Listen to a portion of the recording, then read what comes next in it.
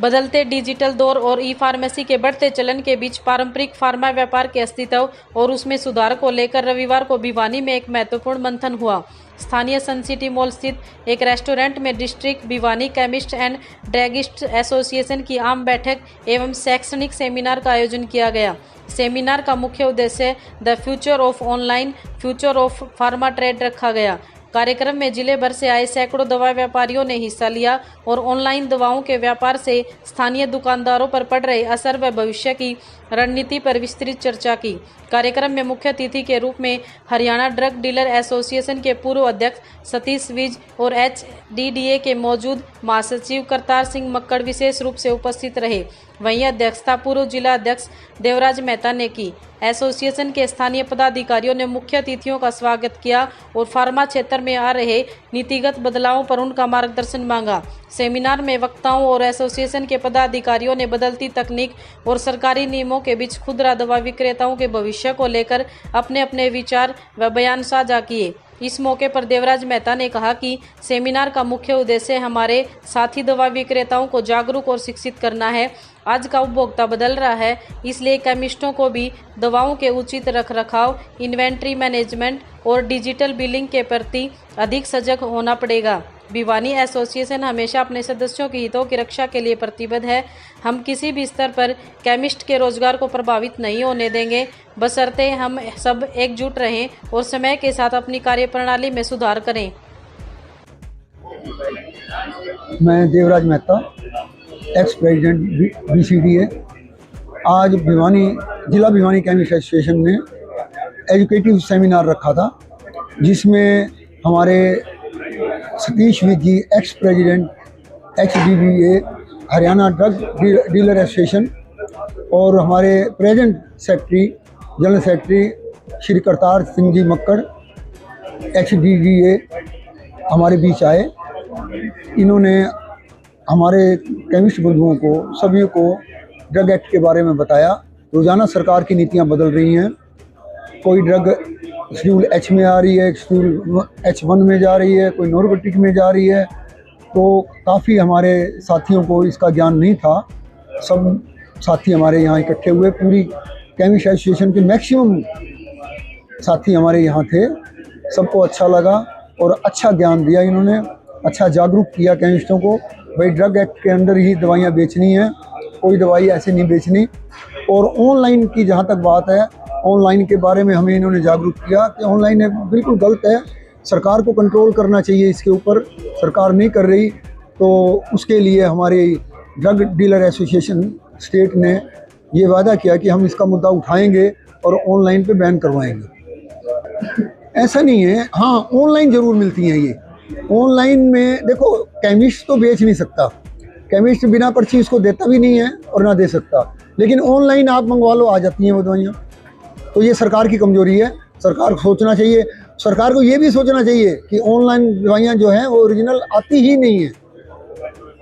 लोगों को ना एक क्रेज है ऑनलाइन मंगवाने का, मोबाइल उठाते हैं, सोचते हैं घर बैठे हमें दवाइयाँ मिल जाती हैं, लेकिन ये लोग नहीं सोचते कि जो आप दवाई मंगा रहे हो क्या वो जेन्युइन है। एक बार बाज़ार से मंगवा के खा के देखो, आपको पता लगेगा उसके रिजल्ट का, भाई वो दवाई कैसी है। और दूसरा, आम लोगों को एक नुकसान भी रहता है उसका कि बाज़ार से अगर आप 10 गोलियां लाए, आपने 4 खा ली, तो आपकी 6 दुकानदार वापस ले लेता है। लेकिन ऑनलाइन वाला तो वापस नहीं लेता, ना आपको कोई बिल देता, ना वो वापस लेता, ना वो आपका जानकार है। तो ये तो लोगों को भी जागरूक होना ज़रूरी है। मेरा नाम सतीश विज है। मैं इमीडिएट पास्ट प्रेसिडेंट और हरियाणा ड्रग डीलर एसोसिएशन का। आज हमें भिवानी डिस्ट्रिक्ट केमिस्ट एसोसिएशन ने इनवाइट किया था कि आप हमारी मीटिंग में आओ और लोगों को एजुकेट करने के लिए कुछ कार्यक्रम रखे थे। तो हमने अपने साथियों को एजुकेट किया है कि वो अपनी दवाइयाँ अच्छी तरह से बेचें, लेकिन कानून के दायरे में रह के बेचें। हमारा मानना ये है कि कानून के दायरे में रह के हम बेचेंगे और कस्टमर को अच्छी सर्विसेज देंगे तो हमारा व्यापार भी बढ़ेगा, हमारा बिजनेस भी बढ़ेगा और हमारा प्रोफेशन भी ऊपर उठेगा। आज हमने लोगों को एजुकेट करने के प्रयास किया है कि वो अपने आप को मेंटली ऊपर उठाएं, आप अपने अनहेल्दी कंपटीशन में ना जाएं, आप कस्टमर की सर्विसेज की तरफ ध्यान दें, कानून की पालना करते हुए अपनी हर प्रकार की दवाई बेचे, चाहे वो किसी प्रकार की हो। सरकार की कमियों को भी हमने देखा कि सरकार ने अभी भी जो एक कानून पास करने के वो कदम बढ़ाया है कि वो सरकार जो जन औषधि केंद्र है उनको दवाइयों को रिप्लेस करके दवाई सब्स्टिट्यूट करने की इजाज़त देने की योजना बना रही है। इससे हमारा सख्त एतराज़ है। अगर एक दुकान जो कि वो सेम तरह से लाइसेंस मिला हुआ है उनको भी, और हमारे दूसरे केमिस्ट को सब्स्टिट्यूट की इजाज़त नहीं देता, तो ये हमारे को एतराज़ है इस बात पे कि अगर दवाई बदल के सब्स्टिट्यूट करके अधिकार दिया जाएगा तो वो चाहे वो जन औषधि केंद्र हो, चाहे वो कोई भी केमिस्ट हो, ये सभी को अधिकार मिलना चाहिए। ये हमारी मांग है सरकार के साथ। बाकी हमने अपने साथियों को एजुकेट किया कि वो अब कानून के साथ साथ अपने अनहेल्दी कंपटीशन को भी ख़त्म करें, जिससे कि हमने ये भी साथियों को बताया कि जो रिटेल के साथी हैं वो अपने आप बिल ज़रूर काटा करें दवाई का, जिससे कस्टमर का कॉन्फिडेंस बढ़ता है कि अभी मुझे दवाई बिल से मिली है तो दवाई में किसी प्रकार की कोई कमी नहीं होगी। तो ये हमारी साथियों के साथ आज चर्चा हुई, और जो भी उन लोगों ने साथियों ने हमारे सवाल किए, हमने उनको बड़ी तरीके से समझाया है कि अपने बिजनेस को ठीक बढ़ाते हुए किस तरह से हम आगे बढ़ सकते हैं, अपने जीवन को किस तरह से ऊंचा उठा सकते हैं। ये हमारी आज की विशेष चर्चा थी। ऐसे में बात करें कहीं ना कहीं ऑनलाइन दवाइयाँ को कम देखने लगे हैं, तो ऐसे में कितना फर्क है? साथियों ऐसा है, ऑनलाइन के बारे में मैं ये कहना चाहूँगा, ऑनलाइन बिजनेस इस समय टोटल सेल का 2% है, जबकि हमारी 2,30,000 करोड़ की सेल है इंडिया में। डोमेस्टिक मार्केट जो है मेडिसिन की है, उसमें 2% से हमें फ़र्क नहीं पड़ता क्योंकि कुछ शहरी लोग ही मंगाते हैं। लेकिन उन ऑनलाइन में जो आज बार बार अखबारों में मीडिया में आ रहा है कि नकली दवाइयाँ उनके यहाँ पकड़ी जा रही हैं, तो ये जनता को भी अवेयर करना पड़ेगा, जनता को भी समझना पड़ेगा कि ऑनलाइन दवाई मंगा रहे हैं, जो अखबार में बात आ रही है या मीडिया में आ रही है कि भाई वो नकली दवाइयों का जखीरा उनके यहाँ पकड़ा गया है, तो इसका मतलब ऑनलाइन के ऊपर भरोसा लोगों को नहीं करना चाहिए।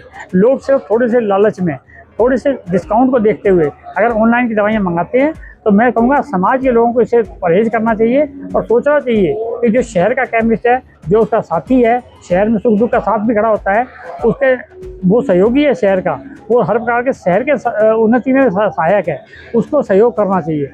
कस्टमर को भी सोचना चाहिए कि दवाई लेते समय उसको कॉन्फिडेंस हो कि मैं फला दुकान से दवाई लाया हूँ, ये दुकानदार मुझे बिल ठीक दे रहा है, दवाई ठीक दे रहा है, और दवाई खाने का, लेने का तरीका समझा रहा है, और मुझे ये भी बता रहा है कि दवाई का मैं कोई साइड इफ़ेक्ट है तो क्या है, मुझे दवाई के साथ क्या खाना चाहिए, क्या परहेज़ करना चाहिए, क्या नहीं खाना। क्या ऑनलाइन वाले को बता पाएंगे किसी को तो उसको परहेज़ क्या करना चाहिए, दवाई पानी से खानी है या दवाई दूध से खानी है। कई दवाइयाँ ऐसी होती हैं जो एक टीबी की दवाई INH होती है, उसको कभी भी दूध के साथ नहीं खाया जा सकता, दूध को खाने से उससे नुकसान हो सकता है, उसका कॉम्प्लेक्स बनता है। तो इस तरह से हमारा जो केमिस्ट है, जो फार्मासिस्ट है दवाई बेच रहा है, वो कस्टमर को बता पाएगा कि दवाई उसको किस तरह से खानी है, दवाई के क्या लाभ है उसको, और क्या क्या परहेज़ रखना है उसको। क्या ऑनलाइन वाले ये बता पाएंगे? क्या ऑनलाइन वाले बता पाएंगे कि उसको कौन सी दवाई कब खानी चाहिए, किस समय, रात को खानी है, सुबह खानी है, दिन में 3 बार खानी है, 4 बार खानी है? तो ये क्या ऑनलाइन वाले दवाई लेंगे, पैकेट में डाल के भेज देंगे? तो ये सारी समस्याएं समाज को भी समझनी पड़ेंगी कि समाज के लोगों को भी इन चीज़ों को परहेज़ करना चाहिए कि ऑनलाइन दवाई मंगा करके कोई आप समझदारी की परिचय नहीं दे रहे हैं। समझदारी उसी में है कि एक दवा के फार्मासिस्ट से जनता की दवाई है जो कानून सम्मत है। दवा का कानून भी यही कहता है कि फार्मासिस्ट को दवा बेचनी चाहिए। जो आज ई-फार्मेसी या ऑनलाइन का काम कर रहे हैं वो कानून से भी इलीगल काम कर रहे हैं। कानून कहीं इजाज़त नहीं देता है, किसी ड्रग एक्ट में या किसी कानून में नहीं लिखा हुआ कि दवाई को ऑनलाइन बेचा जाएगा। दवाई का एक ऐसा सिस्टम है जो फार्मेसी के थ्रू बेची जाती है, जिससे फार्मासिस्ट की जिम्मेदारी होती है कि वो अपनी मौजूदगी में दवाई बेचेगा और कस्टमर को समझा के दवाई देगा। और दवाई एक ऐसा सिस्टम है, दवाई के लाइसेंस अलग तरह का है। दवाई में एक दुकान की सीमा भी होती है, तो उस दुकान का नक्शा भी सरकार लेती है कि उसके बाहर कोई काम नहीं करेगा दवाई वाला। तो दवाई वाले की सीमाएं हैं, ऑनलाइन की क्या सीमाएं? ऑनलाइन को हमारा कौन आदमी समझेगा?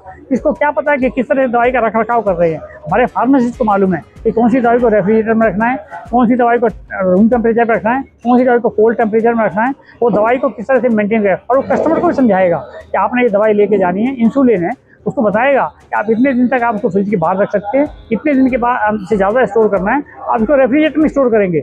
ये ऑनलाइन वाला कौन समझाएगा उसको, कस्टमर को आकर के कि भाई दवाई किस तरह से स्टोर की जाएगी, किस तरह से खाई जाएगी। प्रॉपर स्टोरेज नहीं होगी तो दवाई की इफेक्टिवनेस भी खत्म हो जाएगी। अब मान लीजिए कोई इंसुलिन लाता है, ऐसा कि हरियाणा में हो भी चुका है। हमारे माननीय विज साहब जब स्वास्थ्य मंत्री थे, इनको इंसुलिन का इफेक्ट नहीं आया था। इन्होंने बड़ी सख्ती से डिपार्टमेंट में कार्रवाई करवाई थी। इन्होंने कहा था कि देखिए कि इंसुलिन में क्यों नहीं मेरे को इफेक्ट आ रहा, और तब ये पाया गया था कि कुछ लोगों के स्टोरेज में कमियां थी। तो ये हमारे फार्मेसिस्ट की जिम्मेदारी बनती है कि हम प्रॉपर स्टोर करें। ये ऑनलाइन वाला कोई हमारी दवाई को प्रॉपर स्टोर करेगा या नहीं करेगा कौन देख रहा है हमारे यहाँ। लेकिन हमारे यहाँ तो ड्रग डिपार्टमेंट है, पूरा ड्रग डिपार्टमेंट में अधिकारी हैं जो समय के विजिट करते हैं, दुकानों को चेक करते हैं। और कानून के अंतर्गत सरकार की बाइंडिंग है कि साल में एक बार एक केमिस्ट की इंस्पेक्शन जरूर होनी चाहिए। ऑनलाइन में तो उनका लाइसेंस ही नहीं है, तो इंस्पेक्शन किसी है उनका, कौन देख रहा है उनको कि कैसे दवाई रख रहे हैं, कैसे ला रहे हैं, कैसे बेच रहे हैं, ठीक ला रहे हैं, नहीं ला रहे हैं, असली ला रहे हैं, नकली ला रहे हैं, किसको पता लगेगा। ये हमारा समाज से भी निवेदन है कि समाज भी इस चीज़ का ध्यान रखे।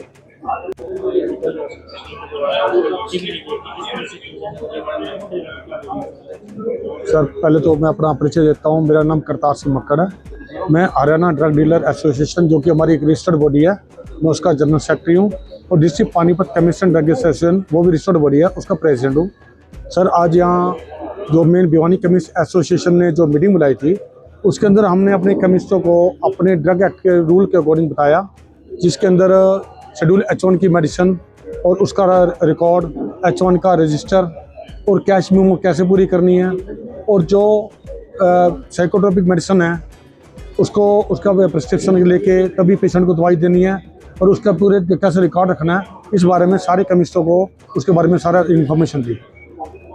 इसके साथ साथ बात करें कम्युनिस्ट प्रतिबंधित दवाइयाँ सरकार के द्वारा बैन है, उनको अगर रखते हैं तो ऐसे में उनको किस तरह से दिशा निर्देश दिए गए हैं? नहीं सर, पहली बात तो प्रतिबंधित दवाइयाँ केमिस्ट में आती ही नहीं, वो बेचेंगे कैसे सर। ये तो एक उम्र बुलाया जाता है। ये जो मेरे को लगता है हमारे केमिस्ट तो ये ऐसी कोई दवाई बेचते नहीं। ये जो अनएथिकल आदमी होते हैं, घूमने फिरने वाले, वही कुछ ऐसा करते हमारे कोई केमिस्ट जो हमारी एसोसिएशन की नॉलेज में, हमारा कोई भी केमिस्ट ऐसा काम नहीं करता, ना ही ऐसा करने में कोई इंटरेस्टेड होता है। क्योंकि सबको पता है कि कल को वो दवाई कहीं ना कहीं हमें भी जरूरत पड़ सकती है, अपने परिवार को भी खिलानी है, तो इसलिए वो ये दवाई बेचने से बिल्कुल परहेज करता है।